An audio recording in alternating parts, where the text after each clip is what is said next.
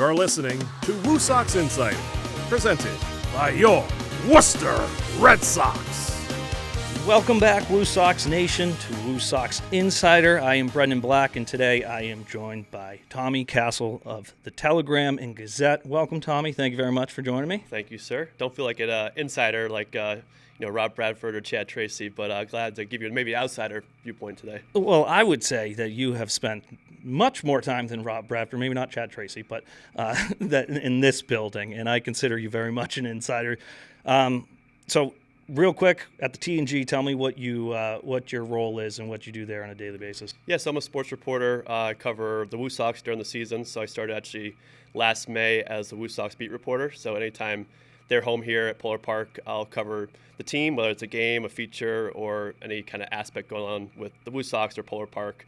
And then right now, off season, if there is no WooSox news, I'll cover high school, college, any features on athletes around the area, kind of full throttle or full circle, anything related to sports. I guess I had to throw that term in there for the Red Sox and WooSox, full throttle. But yeah, so anything sports related. I didn't even pick up on that. Just the buzzword that's coming into winter weekend, so going to see if that's brought up at all. Yeah, that's going to be an interesting experience. I personally won't be there. Will you be covering it? No. We went to Fenway Park this week to meet some of the prospects for their rookie development, so that was fun. I got to meet some of the top prospects that we'll hopefully see here at Polar Park or Worcester at some point this year, and even former WooSox like Tristan Casas and even Alex Cora made an appearance. That was kind of a good experience yesterday at Fenway Park. Yeah, it was really cool. I was there. You were there actually asking questions and interviewing. I was there filming for Tyler Murray, and John Canavan was there. We were filming for Jim Kane as well to get some content for the beginning of the season.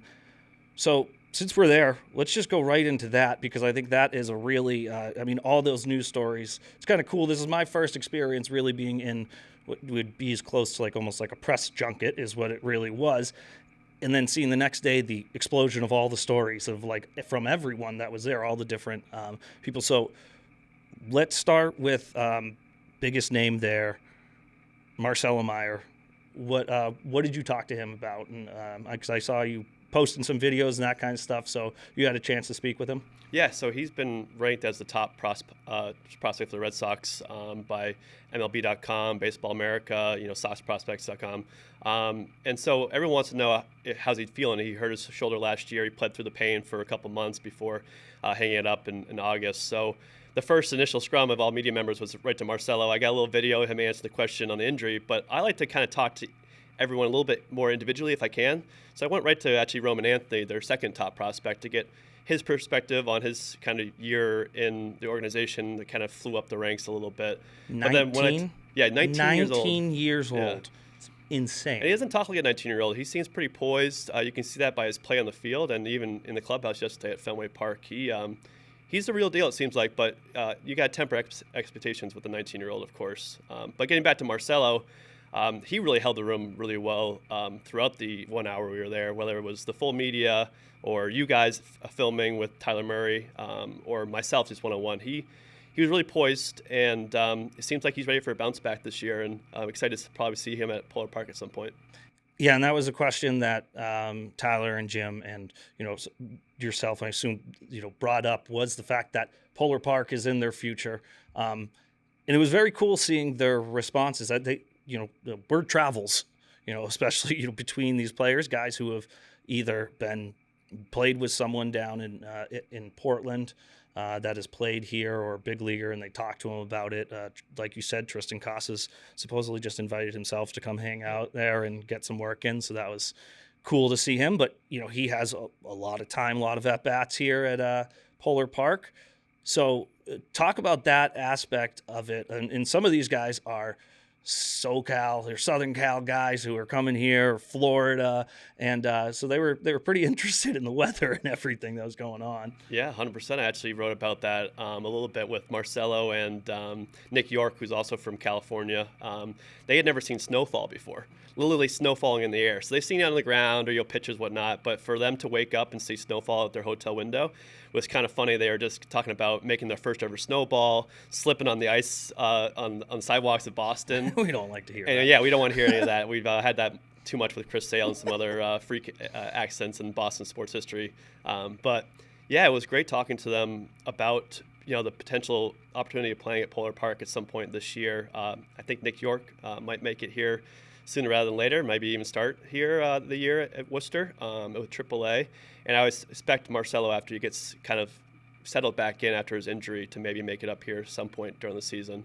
Although we had to teach him, he said an interview with me, he said Worcester for the city of Worcester. He was excited to be here, so we'll have to give him some training on this side of 495 in Central Mass. But it's funny because I didn't remember him saying it in his interview with Tyler. I wonder if he had already learned by then, or if you went before. But I did see that clip. But I felt bad. He'll have posting it time. out, but He'll yeah, have time. yeah. I mean, you have to. Yeah. You got to do what you got to do.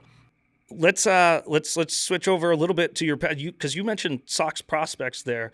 You wrote for them for a little while. Wow, you did your research, huh? I did do my Wow, research. They're pretty good. I better just go up the internet and see if there's anything bad on there. Actually, when I was a part-timer, we call it a freelance reporter for the Metro West Daily News in Framingham, I also, and I might even be full-time at the time in 2016 or 17, but I worked for SoxProspects.com, which is one of the best websites for anything you want to learn about the Red Sox organization, from minor leagues, the low minor leagues, to AAA Worcester now. But it was great. I basically did some stuff they call cups of coffee. So you catch up in the morning about what went on with some of the farm systems and farm teams the night before. I basically just scour box scores and just put in who had the best game or multiple hits or most strikeouts, and kind of make it easily digestible for Sox diehard fans who go there every day. And they have a great following, and they have some great writers and copy editors that work there, and they are really the go-to source for Sox prospect news. My favorite thing about it is the format's never changed of the websites. It's exactly what you need. It is so much information right in front of you. The player profiles and that stuff. It's incredible. But yeah, so I had to bring that up. And then also, Chowda Heads. Chowda Heads, that is great. Chowda Heads makes some great T-shirts, and that was when I was first trying to just be writing about anything Boston sports. Actually had a former brother-in-law, his brother owned the company, and so in between part-time jobs as a college kid, I worked for Chowda Heads. There you go. It was fun. I remember one day when Adrian Gonzalez signed or was traded to the Red Sox, I think 2011 or whatever it was. I was still in college, and that was my favorite story I ever wrote for Chowda Heads, because it's breaking news, but you're really just using everything that ESPN Boston was saying or whatnot, or what you could see on the TV. But yeah, that was a throwback. Chowda Heads. Chowda Heads. Give them a look. I think they're still in business. So. I feel like I've seen it around. They make good T-shirts. Yeah. So another interesting aspect of, I guess, journalism as a whole right now, because you have essentially grew up into the industry as it's had an extremely big change and everything. You graduated 2011, right, from UConn. 2011 UNH, so we're same age, same grade, all that. And from when you got out of school, I mean, at that time you were still writing blogs and that kind of stuff online, but blogs hadn't taken on what they are now. It still was like the baby brother to, the actual news outlets and that kind of stuff, at least when it came to the legitimacy of news. And now everything is just so quick and out there. So we're looking down right here. You have a story on the front page of the sports section here. But you were telling me, and I found this really interesting, that's cool for you, getting the feature story. But your goal is to get the number one story on the website. Explain that dynamic now. Yeah, it's amazing how times change, and go Huskies. We mentioned UNH, UConn. But for the newspaper industry, it's changed so much, even since I started in the past 20 years, 10 years, 5 years, and since COVID too. Deadlines have changed for a lot of newspapers. Getting truck drivers to actually drop off papers has become an issue for a lot of companies. But yeah, when you speak about stories and features and the paper or online, it's really evolved from having that center pace above the fold story in print to having that number one story on the website that has the full picture, the full headline, and the first thing that everyone's going to click because it's right there in front of you. And we'll jockey for positions, me and a couple of my fellow sports staff members at the TNG, to get that number one story on the website. And it takes a lot of pitching to our editor, developing photo ideas and just making a story work all parts of it together. So as much as it's fun to see the centerpiece story on in the print edition, I'd much rather see it front and center on the e-edition or online. So just because it's here on the front doesn't mean it's going to be the first story online, Not because necessarily. online is more current. Yeah, not necessarily. It depends, I think, just what you have. And we have a good amount of content coming each day from our sports team at TNG, so make sure you subscribe or follow us. But yeah, I mean, it's evolving, and you don't want a story to get too stagnant online. So you might see a story on the main website, on the main page, in the main spot for a couple hours, and someone else comes in and changes. I mean, we're all fickle. We're all scrolling our phones and trying to see the next best thing. So, and we had to adapt with that with the newspaper industry and journalism in general. So always having new, fresh content and kind of writing for what people want to read. We were talking about a game day for you, and how you're in the press box, but before the game, you're down on the field. Just work me through. We've got a 6:45 game here at the park. What time are you getting here? And then when does your story start to develop that you are writing? Are you just basing it off of the talking that you're doing with the players? Are you basing it off the, storyline of the game, which is, I think, is a little harder when it comes to minor league baseball, unless you have a big prospect playing in the game. There, wins and losses aren't as big. So, what's your daily routine, I guess, as you come to the park? Yeah, so I live about 40 minutes away from Polar here, so I try to get here beating after school traffic, and I want to get here early, so I get here around 2 o'clock for a 6:45 game. That way you can kind of see when you put your stuff down in the press box, you can kind of see what's going on at the ballpark, whether that's, someone's trying out to play the accordion or the organ, not the accordion. The accordion's been played here I'm as sure well. there has been a lot of musical talents here, but or if a player's out in the field doing, different exercises or training or even running in the stands. I try to get a feel of the ballpark each day. But when it comes to planning a story or what I'm going to write that day, I hopefully have an idea for a couple stories for a homestand, because we usually have 6 games here during a week and then they're on the road for a week. So I'm hoping to have a couple of ideas just to, take a stab at, and then we see what develops throughout the week. How many WooSox stories are you doing a week? If there's 6 games or I cover 5 games, or I'm supposed to work 5 days a week, but sometimes if they're here, I like to cover the whole homestand, because you don't want to miss anything with this team, and you're the reporter. Yeah, 5, 6, 7, hopefully one a day, and then stuff happens. That's the beauty of sports. Stuff's going to happen out of the blue that you don't expect for or account for, and that's what I like telling stories. That breaking news, or whether it's a prospect or a rehabber here in Worcester, and then stuff with the team too, whether it's managers, players, staff members, guys like you with this, social media team and working for the club. It's kind of all encompassing. As much as information that's being thrown out, I want to share with the public what's kind of the vibe here at the park. Yeah. I mean, because there always is a story. It's you just got to find it. But I mean, whether the play on the field, we've had some incredible play in the field, but the storylines behind it and the prospects and that kind of stuff, and seeing these guys develop and seeing some, take off and go into the big leagues like Sadon last year and that kind of stuff, just to be able to see those. And so you're saying you don't want to miss a game. He was here for what felt like 2 homestands, and then we lost him because he got called up so fast. And it seems to be that we're going to have a good chunk of time with that core 3 of Meyer, Teal, and Anthony, or 4 in York, which I think will be that's going to be a lot of fun. Hopefully we'll get to see at least 3 of those guys playing up here at some point. Let's go a little bit more, or a little deeper into your background in journalism, and because you were talking about how you've had the opportunity to cover a lot of different things. So you were at the U.S. Open. What year was it? That was 2 years ago, so that was 2022. And this is at the when Country it was Club? At the Country Club in Brookline, yeah. And so your story, because we had there was a bunch of guys from the area playing in the tournament, so that had to have been one of your top moments, I'd imagine, in your journalism career. Yeah, I am such a golf nerd, and I grew up on a golf course, humble brag, rich spoiled a kid growing up, and I was so lucky to be on a golf course, and it's my favorite sport other than maybe baseball. But yeah, so I got to cover the U.S. Open at the Country Club in Brookline when Matt Fitzpatrick won on the last day. Great last hole with him and Will Zalatoris. And so I wrote some stories for Golf Week, kind of focusing on the local angles. So we had actually a guy from Worcester. He was only here for like a year. Now he's really a Tennessean, but his name is Scott Stallings.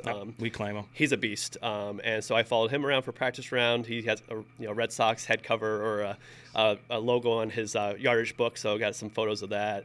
Keegan Bradley, who everyone loves from here, he's from Hopkinton. He really is a mass guy, and he was wearing like Jordan sneakers that had Celtics logos on it because they were playing in the playoffs, I think, at that point, or just finished up playing in the playoffs. And then even this 19-year-old from Wellesley named Michael Thorbjornsson, he was great. He was following in the footsteps of this former amateur that won the U.S. Open, Francis Ouimet, about 70, 80 years ago. I can't remember exactly when. And it was all the parallels between those two stories were great. So it was a lot of fun. A lot of walking. Yeah. I spent 6 days walking in the country club. So you're there for the practice rounds 8 as hours. well? Yeah. The practice rounds is where you get the best. That's where you get your stuff. Yeah, I mean, you can get inside the ropes. They're a little bit more lackadaisical. Sorry, I can't say that word.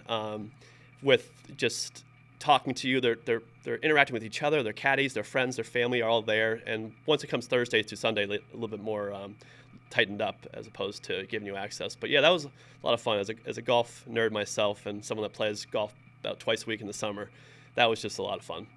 That's amazing, and I can only imagine what it's like walking a course like that and seeing how amazing it is. It is golf is an awesome sport, and I know that it is far and away I forget. I think it might have been either Chad Tracy or no. I think it might have been Mario, our bullpen, our clubhouse manager. Love Mario. He's the best. He's saying that if it's not baseball, the next thing that the guys are talking about in there is golf. Everyone wants to get out. You see the golf clubs every time I walk in the clubhouse from a road trip, or even from like maybe an off day. It's like Monday to Tuesday.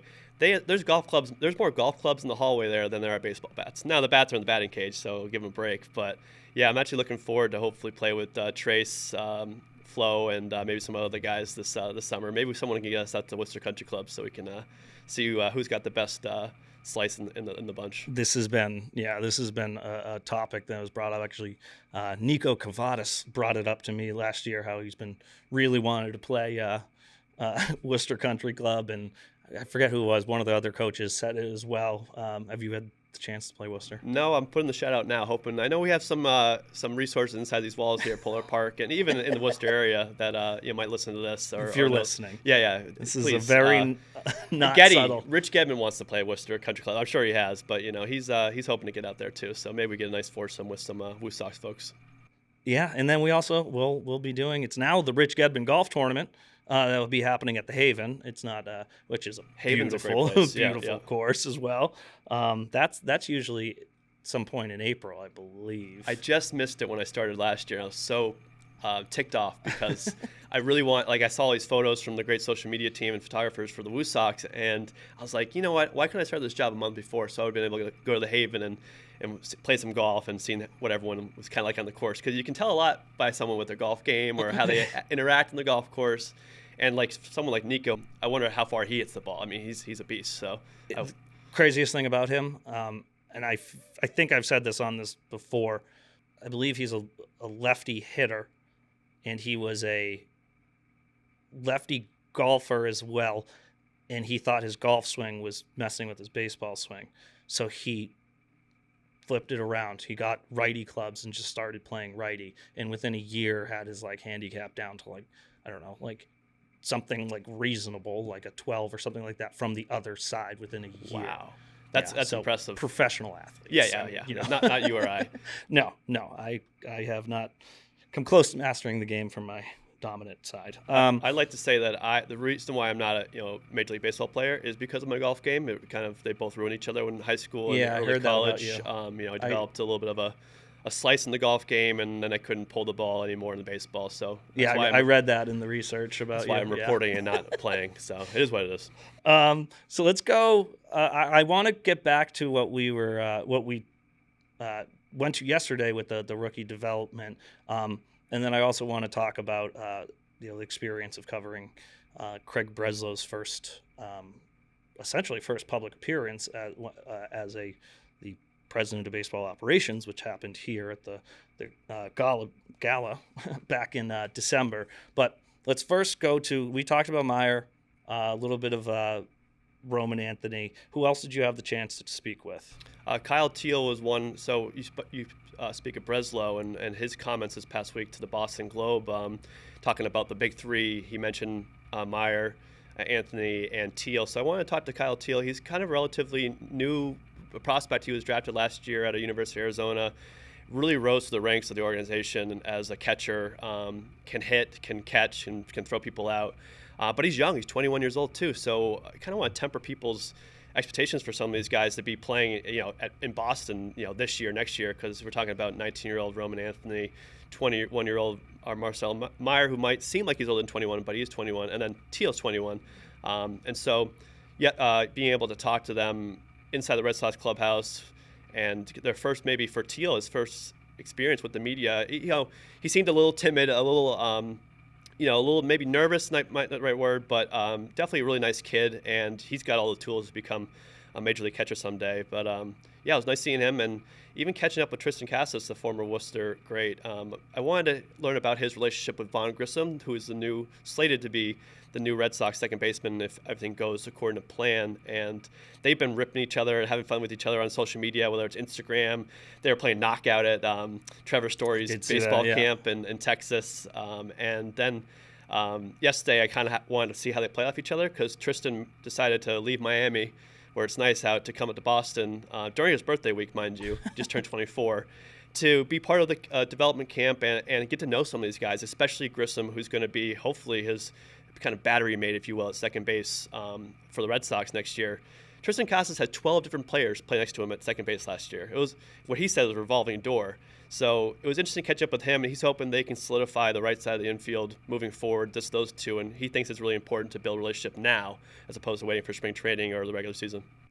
Yeah, that's a really interesting point that he brings up, in more of these aspects of the game that people really don't think about. They think, okay, you're a good fielder, you're a professional baseball player, we'll throw you out there with anyone, doesn't matter. A first baseman wants to know what his second baseman's going to throw the ball like. Like, you knew Dustin Pedroia, the arm angle, the loopy kind of, not loopy, it was like he would always throw it hard, but he'd throw it from like a side angle kind of thing. But you know where that ball's going to go. 12 different second basemen, throw in however many different shortstop and third baseman, the ball comes at you differently out of everyone's hands. So that's a very interesting thing that Casas brings up, and shows you the dedication that hopefully they're able to build that relationship during this time. Did you have a chance to talk with Grissom? Yeah, talked to Grissom. He called Casas a combative kind of ego. Like, he likes that he's playful, and they'll kind of egg each other on. He mentioned that he's definitely a Miami kid, and they have a lot of fun jabbing each other a little bit. Grissom's very well-spoken, and he's a little bit older than some of the kids or the prospects we talked to yesterday, but very poised, like the word I keep using for all these guys. I was impressed with kind of how they all handled themselves in front of the media in the Red Sox clubhouse, with Alex Cora's in the room, Tristan Casas in the room. So Grissom was great. He said he's looking forward to kind of getting to know everybody. He's just going to be himself, and whatever happens. And we'll see if he and Casas are second base and first base, starting players for the Red Sox coming this season. Now let's go over to the elephant in the room is the off season and the lack of movements and those type of things. And we got to see Breslow again at the WooSox Foundation honors here at the park. We got to see him and Joe Castiglione talk up on stage for about 15 minutes or so in Craig's first public appearance. And in that, he gave some pretty candid answers and that kind of stuff.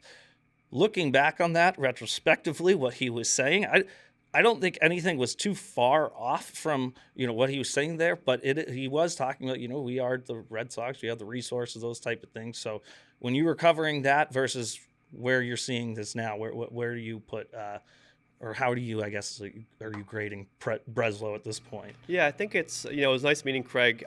His family was here. It was his first appearance. A couple of us got to talk to him in one of the suites here at Polar Park.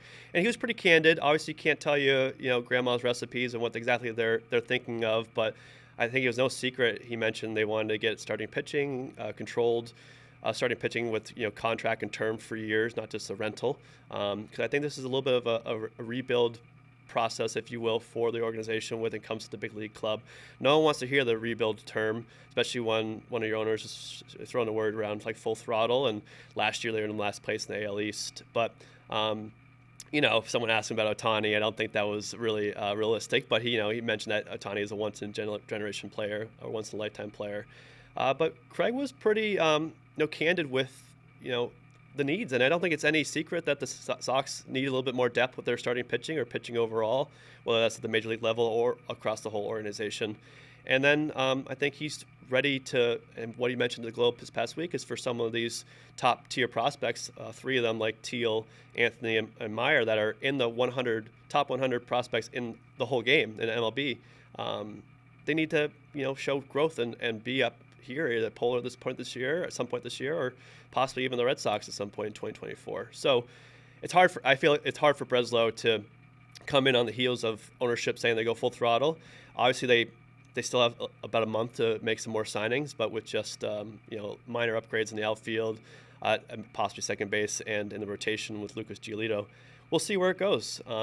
Personally, I think the team roster right now currently constructed seems a little bit more stable than last year's team, so there's reason for optimism there. But I definitely think they're a couple of arms away and maybe some pieces away from really contending for an AL East title. Yeah, I agree. I mean, it's tough to know what's going on behind the scenes and expect to have all the answers and that kind of stuff when it comes to the player personnel and how slow sometimes the baseball offseason can move. And it was expected when Yamamoto signs. It was like everything's going to happen, and it's still just been drip, drip, drip. And so, it's but I mean, that's the off season. That's how it works. So let's wrap up here looking towards the 2024 season here at Polar Park. Obviously some of the storylines are going to be based around these big prospects coming here, but we're not sure they're all going to be here right to start. Opening day, what's the storyline? We'll still read it in the paper as well at that time. But what's your storyline going into the 2024 season? Fourth season in Worcester. Yeah, I think you talk about fourth season. I think optimism and excitement around this ballpark and this team is the same. And I wasn't here, granted, when the WooSox first came to Worcester.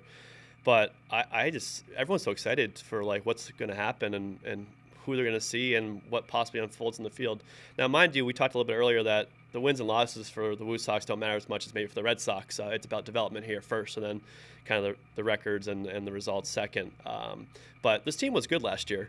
They were competing for to go play in Vegas and North Carolina until the end, until the Red Sox unfortunately scooped up all their top players. But I'm looking forward to is Big Papi going to be here for the opening day? Because I think he was here last year. I would like to see him. But no, in all seriousness for this ballpark and this team, it's the new faces. Who's here? Maybe some returning faces. No more Ryan Fitzgerald. So who maybe takes over as the mayor of Worcester or the spokesperson for the WooSox? I think that's an important piece to any team, having a leader. And I think there's some internal candidates from last year's team and maybe some new guys that can fit that kind of role for the ball club. And as always, I mentioned the Oregon earlier. Who's going to play the Oregon here? What's new at the ballpark, the club? What fresh new faces do we have? And then you have people coming back like Chad Tracy, who's really good with the media, really good with the ball clubs. He's the top-ranked minor league manager last year. So, excited to see what the future holds for him as well and how he develops this next crop of WooSox players. It's a perfect way to wrap up. And if you want to be here for opening day, I can't say who will be here, who will not be here. It'll be special like it always is. Tickets are on sale now, WooSox.com. And 508-500-8888. That's the ticket office. Tommy, this was awesome. Thank you for joining me. I'm sure we'll be running into each other every single day at the park coming up pretty soon here, and in the meantime as well. But thank you for joining me. And real quickly, where can we find you on social media? Where can we find you online? Yeah, Twitter, Tommy Cassell 44. It's Cassell spelled like the Sam Cassell, the basketball player. And obviously on Worcester Telegram and Gazette.com. Follow us on TNG. And thanks for having me in. I appreciate it. Appreciate it. All right, WooSox Insider, we will be back. Hopefully, we're going to be going back to an every other week release up until the season. We have a couple of pretty cool people who are going to be coming on the show, so keep an eye out for that. And also the WooSox Hot Stove is going to be coming out, where you're actually going to see some of those interviews that we did at the rookie development camp, as well as some of the new stuff that we're going to be unveiling here at Polar Park. So once again, thank you, Tommy, and thank you, WooSox Nation.